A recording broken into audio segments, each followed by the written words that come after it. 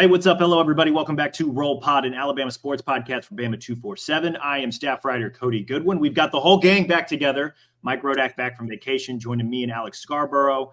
It is SEC Media Days week. I'm actually already in Dallas.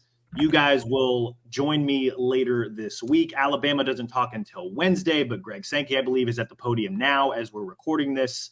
We're going to hear from coaches and various players all week. Nick Saban is also here, can confirm the newest member of the SEC media contingent. Already made a hit this morning on Monday. I believe it was, I think it was on Get Up or some version of SEC Now or something like that. And then he was quickly whisked away after a couple of us walked up to the stage and listened to what he had to say.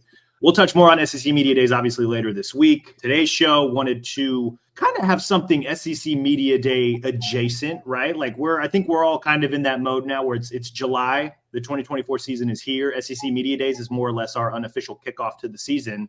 And to ring that in, we are going to rank the SEC quarterbacks today. What the assignment was, list your top five. List the next 1, 2, 3, however many that maybe missed your top five. And we're just going to talk about them because there's a lot of intriguing quarterbacks in the SEC for the 2024 season. Obviously, we cover one up close in Jalen Milroe, who's the returning Heisman Trophy vote getter. Lots of things to discuss, especially with the addition of Texas and Oklahoma. We will discuss all of that here on today's show. Before we get started, though, Mike, you were gone for a week. How does it feel to be back, for one? And two, are you excited at all that SEC Media Days is finally here, or are you just kind of meh? Definitely meh. I'll start with that. I mean, Media Days is always overrated, but it is what it is. It's an event where you get TV content and some content for us. I mean, even last year, there's a quarterback competition. I feel like we were kind of squeezing things out about. I mean, Saban gave us a good line about the cake being still in the oven, but like that was, we were just trying to ask as much as we could about that, and that's maybe the one thing I remember from last year. Maybe J.C. Latham was talking about something. I don't remember. Like, go back 2 years ago to Atlanta, I don't remember anything. Like, there's nothing memorable. I think 2 years ago, or maybe was it last year when Clark Lee from Vanderbilt said that was 2 years program? Yeah, best program in the country. That's like all I remember. Hell, I wrote about that. Like, Alabama fans love to read that, but in general, like, I don't know. There's just not a whole lot there. So, yes, I'm back from vacation to not be in Dallas for the next day and a half and be there for Wednesday morning. I'll be home by Wednesday night. So, I think Latham had the line last year because people were talking about how Georgia was more or less the favorite. They had won back-to-back national championships, and Latham said something to the effect of, their standard's not above our standard. Yeah. And also at that time, I don't know if you guys remember, Alabama's offensive line was talking a big game about winning the Joe Moore Award. Latham specifically was like, I want the Outland Trophy. We're going to be big, bad, bruising Bama. And then they proceeded to give up 50 sacks last season. Yeah, so I was just looking. This is Talty's story from last year. And he, I think, was at Latham's podium. The questions and the doubts about Alabama, and Latham responded. He said, it's disrespectful. I don't appreciate that at all. And he said that, I know this group are going to win it all. National championship, undefeated, Joe Moore, and I want that Outland Trophy, which was shocking for a Nick Saban player to say that. So maybe that was, I see it. There's like two things that are memorable for me from last year. It was the cake and J.C. Latham. Don't ask me about anything else because I don't remember. Alex, do you remember anything about last year's SEC Media Days? I know you and I have already discussed what we're hoping to see this week, but any other fun SEC Media Day memories before we get into the show? No, I do remember Latham test driving that comment when I talked to him about 10 minutes before he went into the main room. And I was like, ooh, I got something good here. And then he went out and told everybody else the same thing. So you get those kind of situations. I don't think we're going to get the same level of quote or the same level of attention. And we talked about on the last week's pod. The players are one thing. Booker, Milroe, and Malachi, they're going to stick to the script, I'm sure. But it's just a different vibe. Nick Saban was a magnet for attention, and for every storyline in college football could be bounced off of him. That's just not going to be the case with Kalen DeBoer. So, right or wrong, that's just where we're at, and maybe we'll actually learn stuff about the team. But I don't know. Maybe it's asking too much. Again, Alabama speaks on Wednesday. Kalen DeBoer, Jalen Milroe, Tyler Booker, Malachi Moore all making the trip to Dallas to represent the Crimson Tide. That's when we'll all be in the same room together, probably for the first time since A-Day, maybe? I'm trying to remember. Sounds right. With the magic and the power of the internet has allowed us to continue role podding all the way through the offseason. But we've made it. It's SEC Media Days. Like I mentioned earlier, we're going to rank the SEC quarterbacks. Again, the assignment was to basically designate a top 5, have 1, 2, 3, however many we saw fit just missed. And we're just going to discuss them because there's a lot of intriguing quarterbacks in the SEC this season, a lot of young guys, some guys that transferred in, some returning experienced players. It's going to be an interesting season when it comes to the quarterbacks of the SEC. Jalen Milroe is obviously our number 1 on our top 25 most important Alabama players for the 2024 season. I'm curious, Mike, I'll start with you as you kind of went about creating your list. Were there hard decisions? What was maybe the most challenging aspect of narrowing it down to the top 5? I think there's 6 guys that I would consider because we've seen them and they're proven, but I think if we ask like who's the list at the end of the year, there could be other people in that top 5. I think Nico Iamaleava, I'm gonna have to get used to that one at some point. Is a possibility to be in the top 5 by the end of the year. And then Connor Wigman at A&M, I think, is another one that showed a lot of promise at the beginning of last year. Got hurt, didn't play. There's been a coaching change. Like, who knows how everything's going to look there. But there was a mock draft I saw by, I think it was ESPN recently, Matt Miller, that had Wigman going in the first round next April when he's barely played at A&M. But, as a former 5-star quarterback, obviously Nico's a 5-star kid. So you have a couple guys like that we just haven't really seen yet that theoretically could be there. But really for me, and I don't know if we're going to go 5 down to 1. Is that how we're doing this? Like, yes. Yeah. Okay.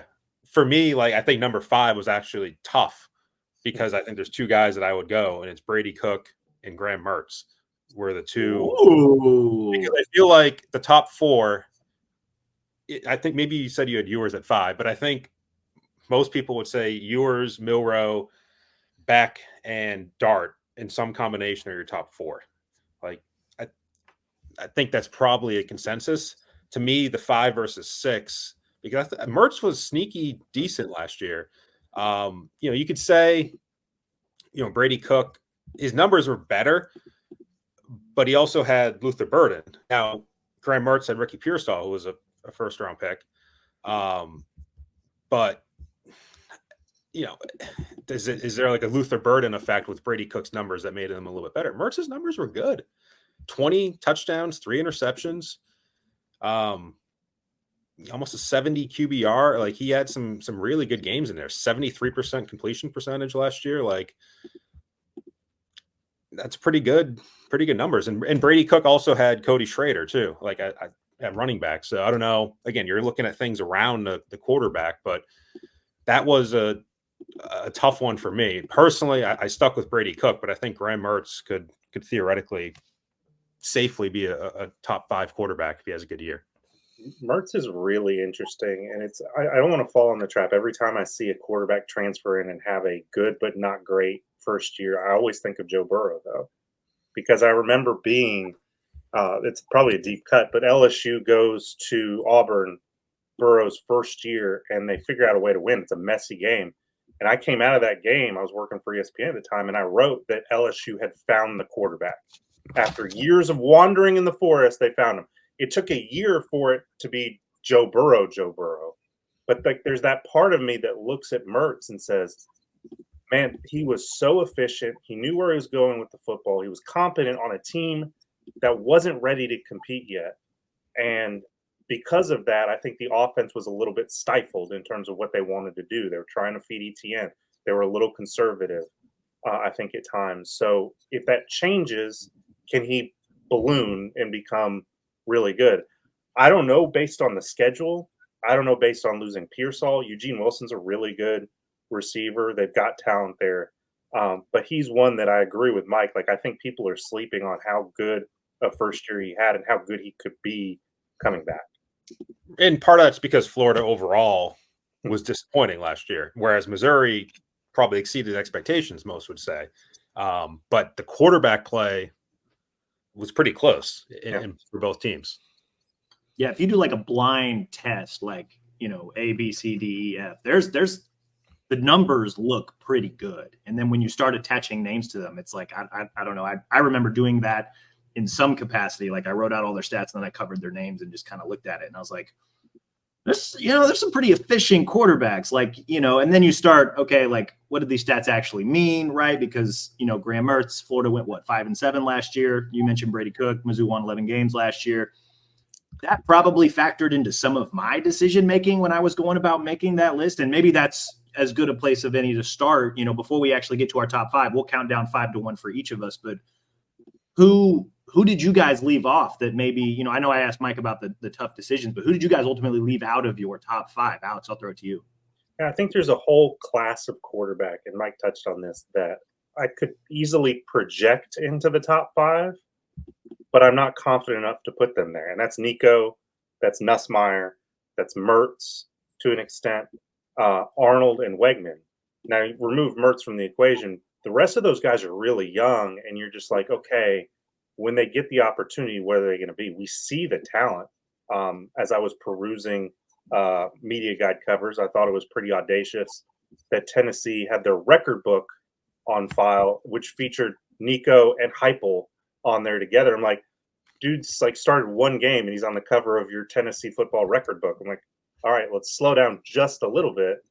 But that's how good he can be, right? So that whole class is like, I could be persuaded to say, oh, look at what Nico's got around him. Look at what Hooker did. And yeah, he should be in there. Nussmeier, same thing, a track record in that offense under Brian Kelly and at LSU that says, yeah, he should be in that conversation. But at the end of the day, I didn't feel like those other 5 guys, what they produced already and what they have coming back around them was enough to try and drop any of them down. But I definitely think it's a 10 deep, and then there's a significant drop off. Mm-hmm. I think that's fair, because when I was going about ranking the opposing quarterbacks on Alabama's schedule, like I looked at it more as like, all right, who's going to be the most challenging to play against, which is probably why I put Nico as high as I did in those power rankings. But then when you look at like actually ranking the SEC quarterbacks, like part of that is like history and production, and guys like Nico, guys like Jackson Arnold, Nussmeier to a certain extent. Like I need to see a little bit more of them before it's like, okay, how good are you compared to the other quarterbacks in the SEC? I don't know. That was at least part of my process. Mike, could you ultimately leave out of your top 5? Well, yeah, it was those guys. I mean, Mertz, I think would be the first guy out, and then Nico and Wegman, I think, would be the other 2. I don't know which order. Again, you're looking at one guy who's played, one guy who hasn't, one guy who's played a little. It reminds me of like Bryce Young. Bryce Young's first year, he barely played behind Mac Jones. He got in a couple games. Honestly, didn't look all that great. I remember the Tennessee game that year in 2020, just kind of looked like a deer in the headlights and was taking some sacks, and then had a little bit of a moment against Kentucky that year where he found Devontae Smith for a touchdown. You saw it a little bit, but then you're going into his first year as a starter, 2021, not really knowing, is this all going to work out right away for Bryce Young? And then 4 months later, he wins the Heisman Trophy, and he's in the national championship game. So you don't really know. It can go a number of different ways. Like Nico could be leading Tennessee to the playoff. He could be a Heisman contender, or they could be a middling team with a quarterback who hasn't really come along yet. So you just don't know. That's kind of the beauty of college football, I guess, is that things turn over so much. And we'll talk about it later. It also affects like the conversation around the higher guys, because things turn over so much at receiver that how do you figure out Carson Beck without Brock Bowers? How do you figure out Quinn Ewers without Worthy and AD Mitchell? Like there's so many variables that change year to year. So that's what makes this all tough. But for now, I'll leave Nico out of the top 5 just because I haven't seen it yet. I left all the younger guys out of the top 5 like almost instantly when I went about making my list, because again, like it's one of those things where I got to see him a little bit more. I put Mertz like unofficially at 6 because like his numbers were just, I knew they were good, but then when I actually like sat down and looked at them, I'm like, oh, these are actually like really good numbers. If only they had translated to more than just 5 wins, then maybe, I don't know, maybe I would think about him differently. It's that whole Mertz and Brady Cook conversation, because their numbers are, fairly similar. Like I know Cook probably, he threw for 400 more yards, another touchdown, a couple more picks, but by and large, like fairly similar when you look at their numbers, just on a straight quarterback comparison. I know people know that I love Diego Pavia because I think he's going to walk in and wreak havoc. Conference USA Offensive Player of the Year last year, ran for almost 1,000 yards, passed for almost 3,000 yards.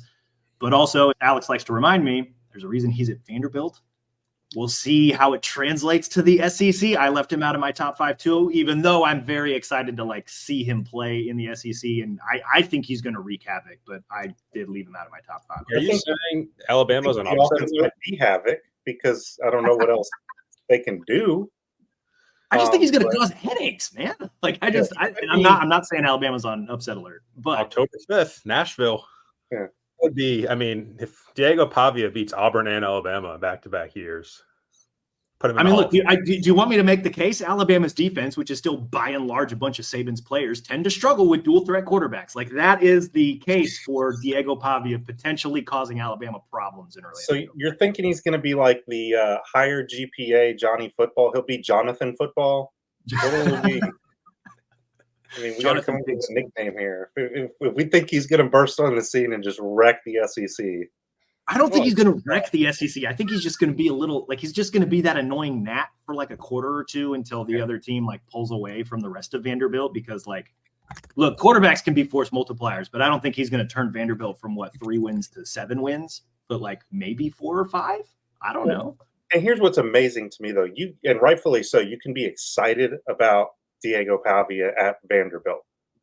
If you're an Auburn fan, you're sitting there going, why in the hell do we still have Peyton Thorne? Why is it still our quarter? You're the team that has money, that has young receivers. It's okay, and you just roll back Peyton Thorne. If Diego Pavia would have ended up at Auburn in some alternate universe, I don't know that would have been enough confidence for me to put him in the top 5. But man, he goes from exciting to super intriguing, and who knows what that Auburn offense looks like. Yeah, and that's, to me, it cuts both ways. It's it's my argument that if he was that good, he wouldn't be at Vanderbilt. But also, if you're Auburn, why didn't you try to go get a guy like that? Even if it doesn't work out and he's not your starter, at least you've tried to do something to provide depth or an option. But there's the cynical part of me that thinks of it if they had went out and spent for a really good quarterback, then the expectations are this year. Whereas really 2025, I think, is the year they've always been pointing toward. I think that tracks. Okay, so those are the guys who just missed off of our top 5 SEC quarterbacks list. Mike, I'm going to throw it to you. Who'd you have at number 5? Cook. So I've talked about him. Obviously, the Cook versus Mertz comparison. I do think Cook probably benefits from having Luther Burden, to say the least, but it's still a situation that, he's a good quarterback on a good team. And I think, again, for looking at the current situation, I think Missouri in general is a top 5 team. And I think a big reason why is because of their quarterback wide receiver combo. So, I can't say I've watched Brady Cook play a ton. I'm not a Missouri fanatic like some other people in this market, in the media, but the numbers are good. And, I do think Missouri is potentially a top 5 SEC team this year. So it makes sense for me to have him where he is. Brady Cook passed for 3,300 yards, 21 touchdowns, completed 66% of his passes last season, also ran for 300 yards and 8 touchdowns. Mizzou went 11-2 and won the Cotton Bowl. Alex, do you agree with Cook at 5 in the top 5? Did you have him in your top 5?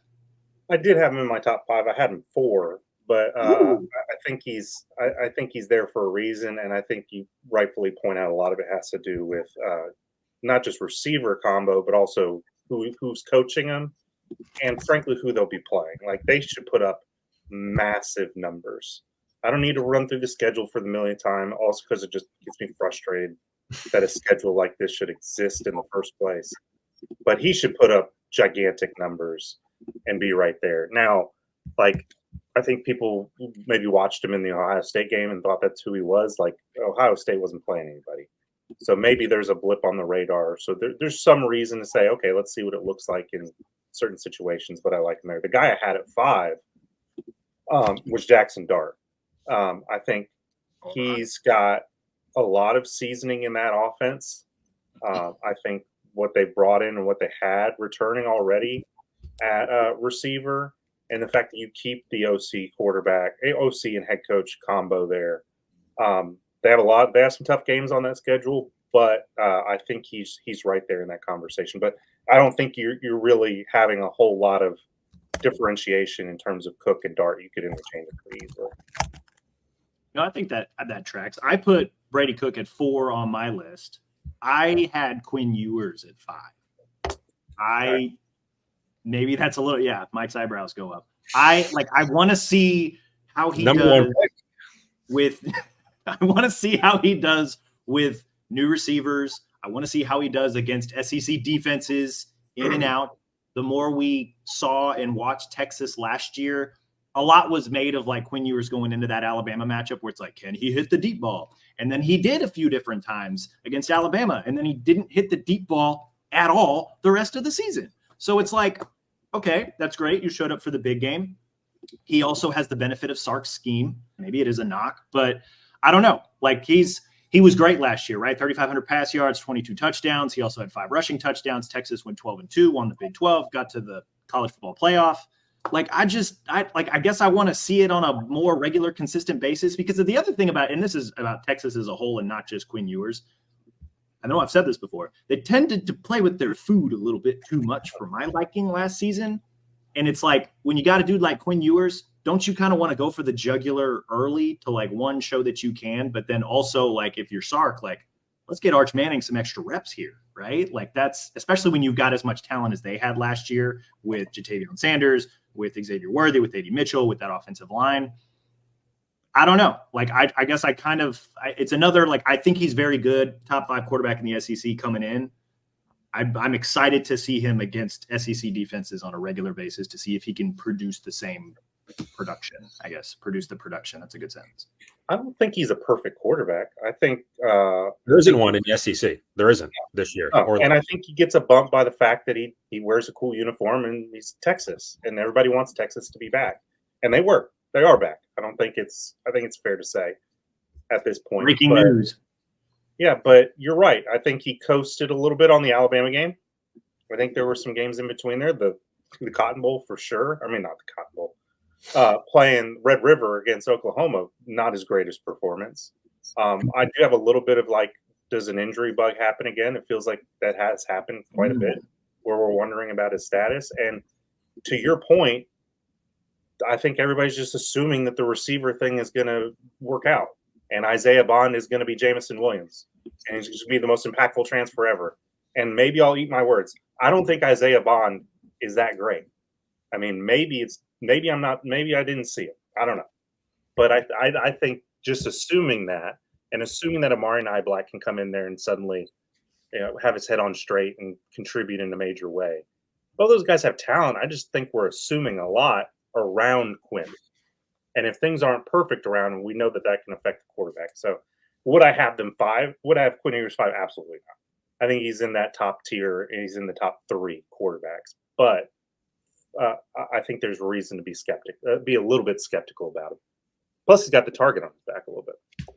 A little bit, yeah. And also the heat of Arch Manning behind him, right? Because Manning did not transfer. Like he's there, And then on top of that, like I think to your point about the playmakers around him, I think I've come around to the idea that like you're not going to be able to just slot Isaiah Bond into the Xavier Worthy role. You're not going to be able to slot Amari Niblack into the Jatavion Sanders role. But you've got Sark calling plays. And he's a guy that knows how to get those dudes in space and knows how to maximize as best he can the talent that is around him. So I guess I'm buying into Sark being able to get the most out of those guys. But it's not going to look exactly the same as it did last year, but it's going to be productive. I'm that confident. Well, don't forget if they lose A.D. Mitchell too. There's another. He's important. And they've lost Jordan Whittington and Jatavion Sanders and the running back whose name is escaping me right now. I know who you're talking about. It's not Bijan because he was the year before. So Jonathan Brooks. Yes. Because DJ Baxter is back. See, we know the SEC. Baxter's back. Brooks is gone. But they still have a line, and that goes a long way. I think Texas might have the best offensive line in the country. So that could help Ewers a lot. The wrinkle 100%. to me, and I don't know how much this actually will impact Quinn, but I think Texas is going to be the game that everybody circles on their calendar in the SEC because of the newness, because everybody kind of just knows to hate Texas. Like, it's just in you as a college football fan. And the horns down, if we get that, I hope it gets under their skin just because of how precious they are about it. But maybe the intense microscope of not just Quinn and expectations and knowing that this is a year that could catapult him into a first-round pick, but also Texas in the SEC, and the intense nature of what that's going to be like for them in particular, more so than Oklahoma. Instead of hating, big bad Alabama and Georgia, let's hate those guys because they think they're going to walk in here and beat us, right? I hate them too. I mean, the unofficial SEC, it just means more. The word they don't include it means more hate. That's what the SEC tagline should be. There's plenty of it to go around. Okay, so Alex had Dart at 5, Cook at 4. Mike had Cook at 5. Who do you have at 4? Who did I have at 4? Jackson Dart. Okay. Because to me, and again, we'll get down to less as we go, but I'll just say right now, Jalen Milroe is my number 3. So I was debating between Milroe and Dart. And, I think some people there, I've seen lists where Dart is higher. To me, Jackson Dart has not shown up enough in the biggest games. That goes back to 2 years ago, the game in Oxford, where, Ole Miss did everything right in that game. Alabama was tripping over itself for the first 2 or 3 quarters of that game. And Jackson Dart just didn't take advantage. And then you had that sequence at the end of that game where you had 1st and 10 from like inside, I think it was a 19-yard line. Ole Miss scores a touchdown to win the game. And just between Lane Kiffin and Jackson Dart, it just looked ugly. Like there was a couple plays where Dart just kind of tucked the ball and ran forward and just didn't look right. Now, what happened at the end of the Rose Bowl was kind of similar, but overall, I think Jackson Dart, I'm just looking at his numbers from, this was 2022, that November game in Oxford against Alabama, 58% passing, took the 3 sacks. It didn't look great. And then last year, he had the 2 big games against Alabama and Georgia, which Ole Miss lost. Those are only 2 losses of their year. And neither of them were particularly close. 57% passing against Alabama, no touchdowns, 1 interception. Against Georgia, 58% passing, no touchdowns, 1 interception. Just not showing up enough in the biggest games to me. Whereas, Milroe, obviously, the Rose Bowl is the Rose Bowl, but the game before that was Georgia, and Milroe showed up in a very big way against Georgia. So that is probably the difference if you're kind of making that comparison. And obviously, passing wise, their numbers are pretty similar. Dart was 3,300 yards last year, 23-5. Milroe was 2,800 yards, 23-6. But Milroe, I think, brings more as a runner than Dart. Dart's a pretty good runner, but I think Milroe is more dynamic. It's kind of an overused word, but that's kind of where I had 3 and 4. So we can talk maybe next time when we go to number 3 for me. I'll talk about Milroe versus the other 2 guys, but that's my Milroe versus Dart comparison, kind of where I have those. And it's not just you saying he wasn't good in 2022. Their coaching staff's actions proved that by going to get Spencer Sanders and getting the LSU Walker Howard, the LSU quarterback. And we were talking a year ago at this time, is there a quarterback competition in Oxford? And this was after a full year of Dart being the quarterback. So is he perfect? No. I think the reason I'm a little bit higher on Dart is that I think that system is one that's going to, and the schedule, I think those 2 things in tandem. When Lane Kiffin wants to draw up a play, he's as good as it gets in college football, him and Sark. So I think that is really where the familiarity and all those things. And he's kind of, let's be honest, a little small. At what point does that catch up with him? We've seen him get banged up a little bit. So, yeah, he's far from perfect, I think. I had Dart at 3. For whatever reason, I have it in my head that when he doesn't play a Nick Saban defense or a Nick Saban adjacent defense, him and Lane Kiffin tend to shred whoever they're playing. Like, that was one of the best offenses in college football last year, and Alabama made them look horrible.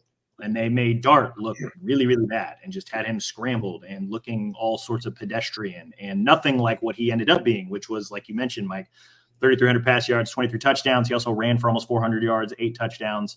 There is a good point about not showing up in the biggest games, but against Saban and against Kirby, the dude just got wrecked and that could be just as much Saban and Kirby knowing Lane and knowing how to get after the quarterback than, as much as Dart not showing up. But for what, every other game during the season, Dart played fairly well.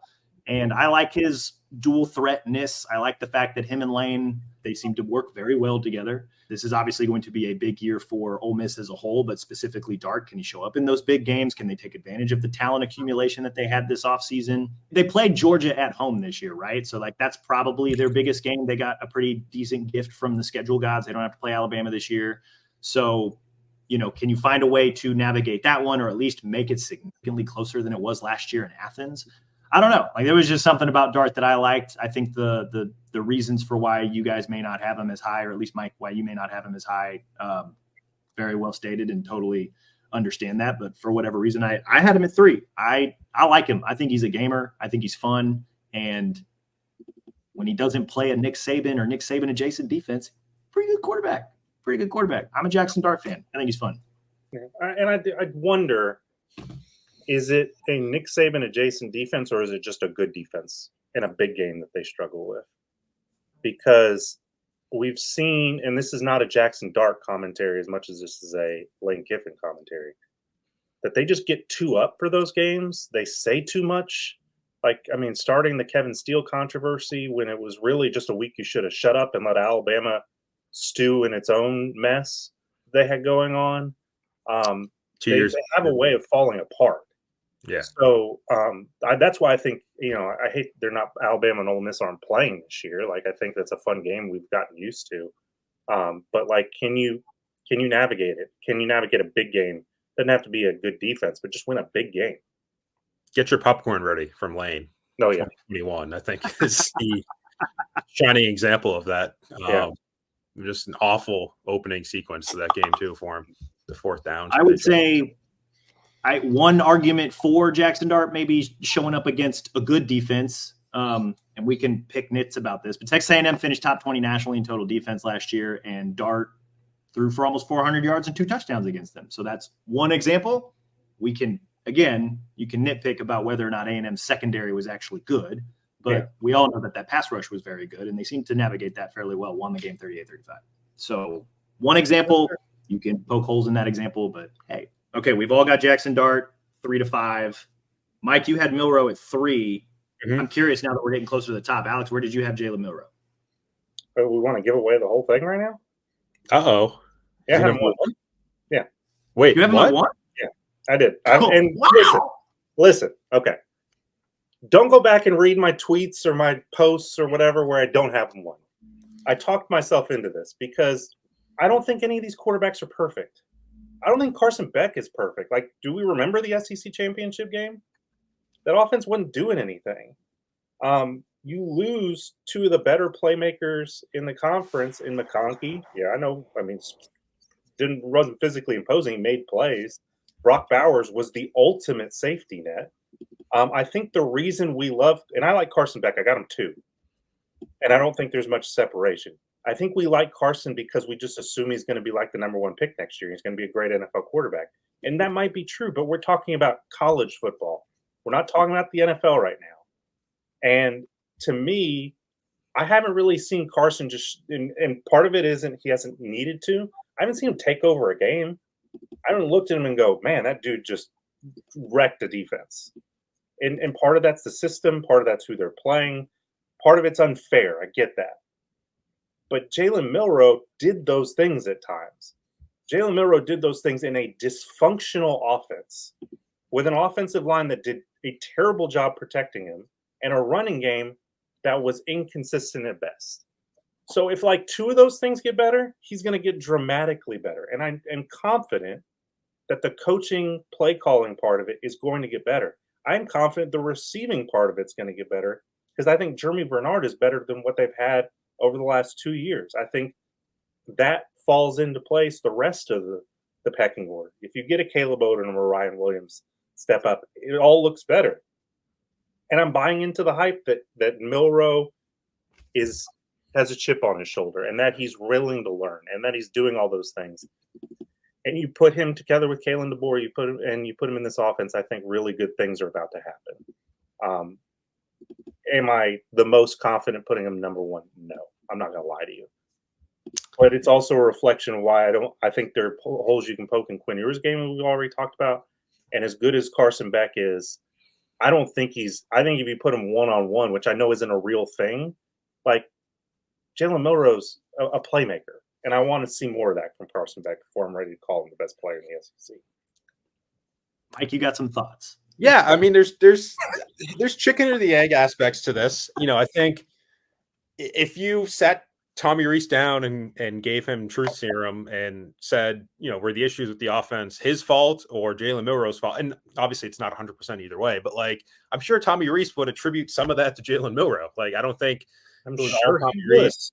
I think if you gave Isaiah Bond and Malik Benson, even Tyler Harrell the year before, guys who didn't really live up to expectations totally, if you gave them true serum, they'd probably be we want to play in an offense with a quarterback that might have a better passing attack than Jalen Milroe, a more consistent thing, especially early last year.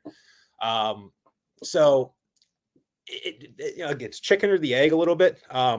Who exactly in the offensive line, versus Milroe, Milroe even just said a couple weeks ago, quarterback's fault, for sacks. So he has to say that. A little bit. Look. I'm gonna let you finish. Hold on 1 second though.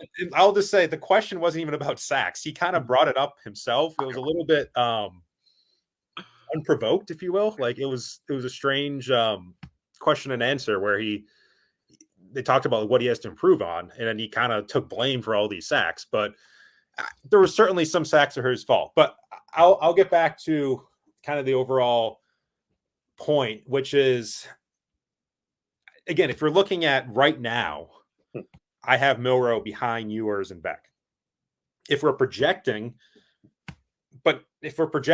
Milroe in a new offense with potentially a better receiver group, not just Bernard, but also Ryan Williams, we're projecting Georgia and Texas to have worse receiver groups than what they had last year, then Milroe could very well be number one. But then you also have to take into account the projections of the other guys like Nico and Wegman. So it's a question of now versus then. But you have to project what's around. Right. You're not. You know what you've seen from those other quarterbacks. Milroe had less than last year than what the other guys had. Yeah. Well, and that's my point. I hear what you're saying about would Jermaine Burtner or said what he said or said about the receiving. Right. They had the quarterback that everybody would want 2 years ago, and what they do with it. Right. They had the quarterback 2 years ago, and the offensive line was still bad. How do you attribute that to Jalen Milroe? I don't know how you do that. Right. They were dropping passes left and right with Bryce. Right. So, yeah, and I get it. It is all projecting, but you have to deal with the coaching staff that's here. You have to deal with the receivers who are here, and an offensive line that I don't think can get worse. I mean, knock on wood if you worry about that kind of thing, but I think the potential is much more there. Now the schedule's hard. I think that could be a real hindrance for them, but I don't know. Those pieces around the offensive line and the receivers, I get it. I get saying, chicken or egg thing, but they had a great quarterback 2 years ago and they didn't really make the most of it. Mm-hmm. It was kind of fun watching you guys fight like that. That was great. That was really yeah, it's an interesting question because you're trying to isolate variables, and there's a lot of variables that are changing year to year, team to team. Like you said, the schedules are different. People got on Reese last year. People got on Bill O'Brien 2 years ago. Neither one of them, it's much smaller sample size with Bill O'Brien and Milroe, but that didn't seem to work. Reese and Milroe didn't really seem to work. Maybe DeBoer and Milroe will work, but this would be the third try essentially. Brian and Bryce didn't really work either. So, well, I forgot to jump in on the Reese thing. I mean, they were running the Bryce Young offense without Bryce Young at quarterback. It was the stupidest thing I've ever seen. You had all offseason. It's like you're hoping secretly, and I don't think it's too secretly, that either Simpson or Ty Buckner was going to be the quarterback. And then, oh crap, it's Jalen Milroe. We can't change anything. And then it didn't really change until the bye week.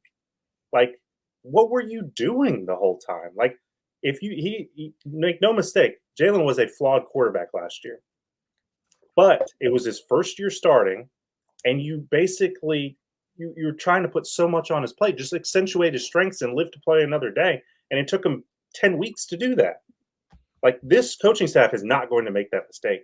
Not only is Jalen Milroe a better quarterback than he was then, this coaching staff is just going to be like, look, dude, if you can run, run. If you want to throw the ball deep, throw the ball deep. We're going to work with that. Last year was square peg round hole. It just drove me insane because maybe I was, too much of Lane, too much of Sark, too much of Loxley, where I saw what good coordinating looked like. That was not the case last year. The offense looked a lot different the last 2 or 3 years, and it did the 2 or 3 years before that, 5 years before that even. I had Milroe at 2. I think there's the case to be made there is obviously he has showed up in most of the big games. And even though the Rose Bowl was the Rose Bowl, you could tell in the second half that there were adjustments that were made. They were calling different plays. There was a level of confidence there until Seth had a really bad snap on whatever second or third down that was midway through, I think the third quarter or maybe early fourth quarter. That kind of stunted the offense a little bit. Obviously, there was the SEC championship game. He showed up from the LSU game on, like that dude was not lights out, but you could tell that he had taken a step. He had taken another level. He led of the returning quarterbacks, he led the SEC in rushing yards. Obviously, Jaden Daniels held that crown last year when it comes to quarterbacks, but 842 rush yards, 12 touchdowns. That is when you don't include sacks, because I don't know why sacks take away from quarterbacks' rushing totals. I think that's really dumb. That's neither here nor there. So that's why I kept track of it on the side for Milroe's sake. When it comes to passer rating, which I know is an imperfect stat, Jalen Milroe finished 5th nationally last year, which I think that counts for something. Like, the guy was good. He had a lot of really good moments. I am excited to see, though, and again, I know Alex and I have been saying this, I feel like with every little game and exercise that we've been doing, I'm curious to come back to this at the end of the season to see if we still think Milroe is, number 3, number 2, or number 1, since we all seem to have him in different spots. Because I do think I agree with Alex in that this coaching staff, specifically Kalen DeBoer, is going to find a way to maximize Milroe's strengths. And I wonder if it'll be enough to take him to the top of the conference, to take him to New York potentially for the Heisman ceremony, to potentially get Alabama back to the college football playoff and maybe even win a few games depending on where they start in the playoff, potentially back to Atlanta for the SEC championship game. I don't know. What were you saying? I was going to say, I don't know what it's worth, just to piggyback on your point, on something you pointed out. Like, I don't know what it's worth in terms of QBR or whatever, but getting a competent center is really huge. I mean, I don't think people understand what that split second of not knowing where the ball is going to be, how that impacts a quarterback. Like, the final play of Alabama's season, essentially, was the perfect illustration of that, because if he's not looking down trying to find the ball, he can look left and see Roydell Williams is wide open. Jalen, and that was a season-long problem, and that gets in your head as a quarterback. I'm not laying the blame everywhere but Jalen, but that was a pretty big thing that I think could show up in really big moments, because unfortunately the negative side of it did last year. Well, and if they solve that issue this year, and we presume that they will with Parker Brailsford now at starting center, the offense could just turn into this well-oiled machine that it never really had the chance to last year. I'm not saying that if Seth McLaughlin was a better center that they would have turned into a well-oiled machine offensively, but they probably would have run a lot smoother in a lot of key moments. Yeah. And it wasn't like one or two bad snaps, and that just throws off everything. The timing is everything, and it threw it off. So we're not even talking about the snaps that were lost. We're talking about the snaps that were low or high, and that split second throws off everything. So it should improve. I mean, I don't want to paint Seth as the worst player ever, but that if you're going to make an impact and you're not the quarterback, that's the place you start. And it was really a bad situation. And it's the same thing.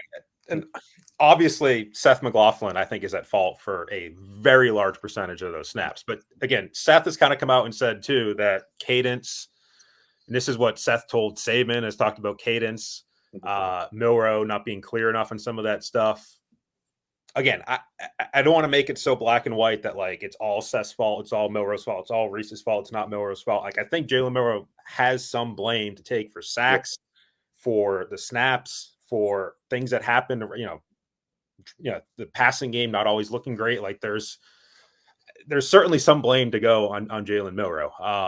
And I just having Reese gone and McLaughlin gone and having different wide receivers out there, I don't know if that totally fixes everything. I think Jalen Milrow himself still needs to do things better. And I think there's a very good chance that happens. But again, the variables can't totally be isolated there.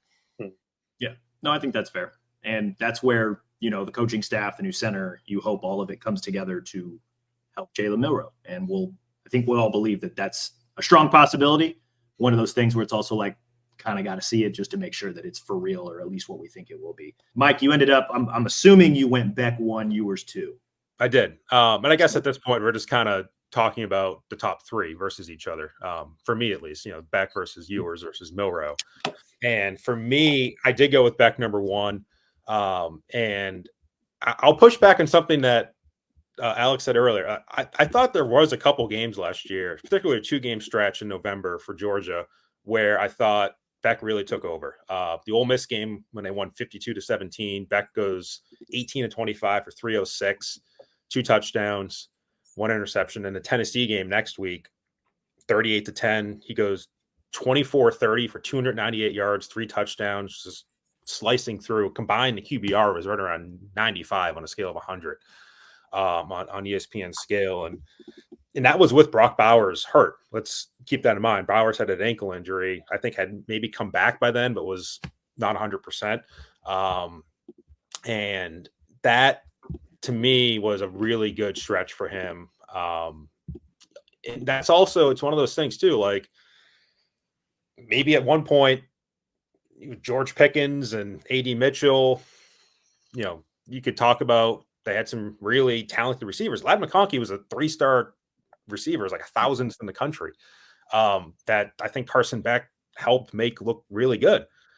Stetson Bennett too. Like I think that's part of being a good quarterback. And then the same thing with the offensive coordinator. They lost Todd Monken, so maybe years before that you could say Todd Monken is the best coordinator in college football. He probably was right up there.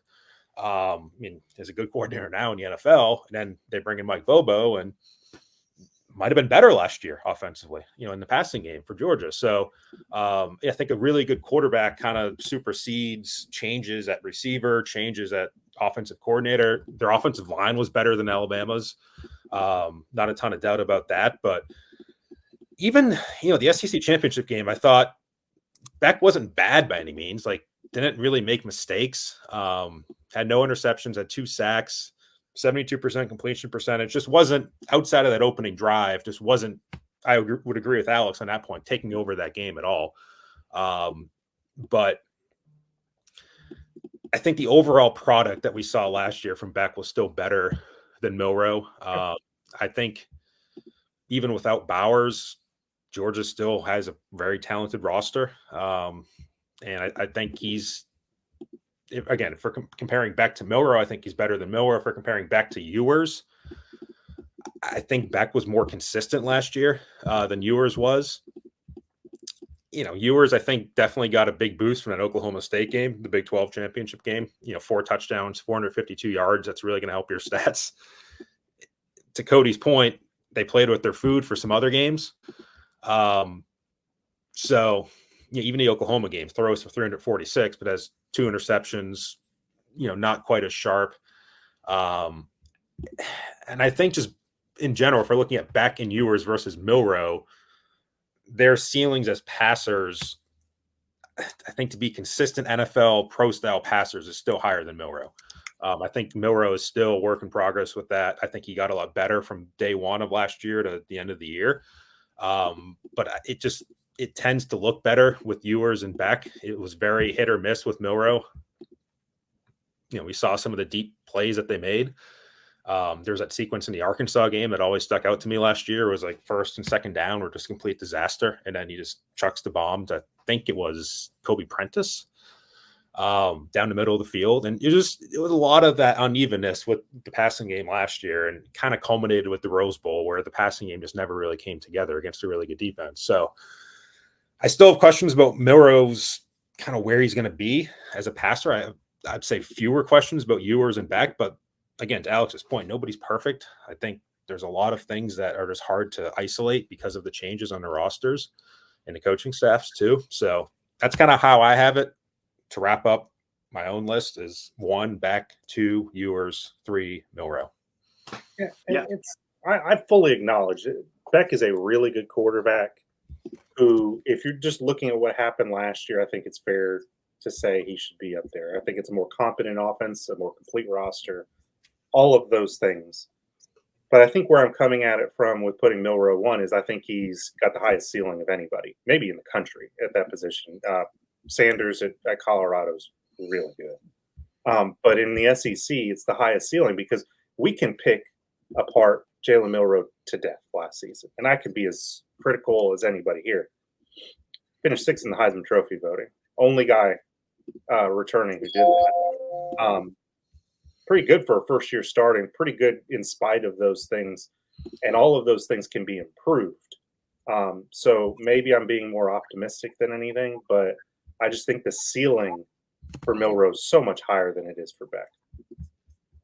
I think that's fair. The dynamic ability to be a dual threat quarterback, because more and more now we're seeing it. I mean, a lot at the high school level. It's starting to trickle its way into the NFL. Who's your best player? Give that dude the ball on every single snap. Like that is, and when you look at Milroe, like pound for pound, he may not be Alabama's best player, but he is certainly one of their, if not their most dynamic player. Mm-hmm. And when every play starts with a guy that can chuck it deep, we're assuming he's going to fix the short and intermediate stuff under DeBoer. He can also take off and run. It just creates so much conflict for opposing defenses that it's just, for the LSU game, for example, or the second half of the Georgia game, pick your poison, man, because this dude is going to find a way to beat you one way or another. And we'll see ultimately what it looks like, because I think we're all really curious to see what DeBoer can do with a talented athlete like that who has such a high ceiling. So the case of Beck, like losing Bowers might be huge, but you still got dudes on that roster, right? Like they still got Dominic Lovett. They brought in Etienne from Florida. Ra Thomas is still there. Oscar Delp is another tight end who I know that the Georgia folks are very, very, very excited about. I don't know if he's going to be Brock Bowers. That's an unfair comparison, but he should still be a very productive tight end. So, and also I know that there was a little bit of roster turnover, but it's also the second year in that offensive system. And if they were that good last year, how much better can they be this year with most of the offensive pieces back too? Because they're going to have a pretty good offensive line as well. So with all of those things will probably help Carson Beck, who, like Mike, I also had Carson Beck at number 1. Right. I don't want to sound like my address is in Athens, but like I was saying last year, like don't sleep on Georgia. Like I think that team probably got doubted to a little bit of extent last year, more than the previous year, and they were still really good week to week, just a really good team. And that most surprising result of last year was Alabama beating Georgia in Atlanta to me. That might have been the biggest, and I think it was betting wise, the biggest upset win of the Nick Saban era for them to go and beat that Georgia team. I think was a huge accomplishment for last year's team. And they can wear those rings proudly because I think Georgia's still the best team in college football over the last 3 years. I think they're still obviously going to be number 1 this year. I think it would be shocking if they're not. Have a lot of talent, and they just continue to kind of churn it through the way Alabama did with the next wave of guys coming through. A lot of continuity with their scheme and program and system and recruiting. Again, for Alabama to do what they did with a flawed Alabama team last year against Georgia is a huge accomplishment. Oh, if there would have been a 12-team playoff last year and Georgia was in it, I don't care where they would seed it, I would have made them my favorite to win the national championship. They were the most complete team. All due respect to Michigan. Michigan was a hell of a team, but especially going into the postseason, I like Georgia a lot more. No, there's way more stability around Carson Beck, and Dominic Lovett is another. I think is going to be a name to watch, but they're there for a reason. And what's truly terrifying is they were that good last year, and they were looking to go back to back to back. They were manufacturing criticism last year in a large way. That ain't gonna be the case this year. We've seen it with Alabama, what it means when you're coming back from a quote unquote losing season, what that looks like. So Georgia having the ability to say, hey, people really did doubt us. People really did do all this. They could be a force to be reckoned with. So in sum, we all had some variation of Brady Cook from Missouri, Jackson Dart, Ole Miss, Quinn Ewers, Texas, Jalen Milroe, Alabama, Carson Beck from Georgia in our top 5. We all had them roughly in different spots. But those are the top 5 quarterbacks in the SEC as we see them right now during SEC Media Days. That's all we had today, guys. This was a fun discussion. It was also fun to watch Mike and Alex butt heads.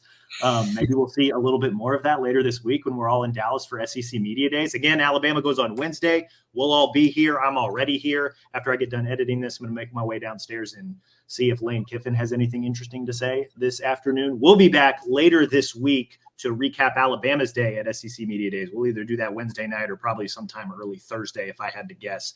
We'll see if Kalen DeBoer and Jalen Milroe and Malachi Moore and Tyler Booker have anything interesting to say on Wednesday to preview Alabama's 2024 season. We'll recap and react to it. In the meantime, though, be sure to rate and review the show wherever you listen to your podcast, Apple, Stitcher, Spotify, even our Bama 247 YouTube page. Subscribe to Bama 247 and 247 Sports. Believe you can still get 50% off an annual VIP membership, which is a year's worth of Bama 247 and 247 Sports coverage for less than $5. I put a link to that in the show notes. You guys should absolutely take advantage of that. As always, we appreciate you guys for listening, and we will talk to you all again soon.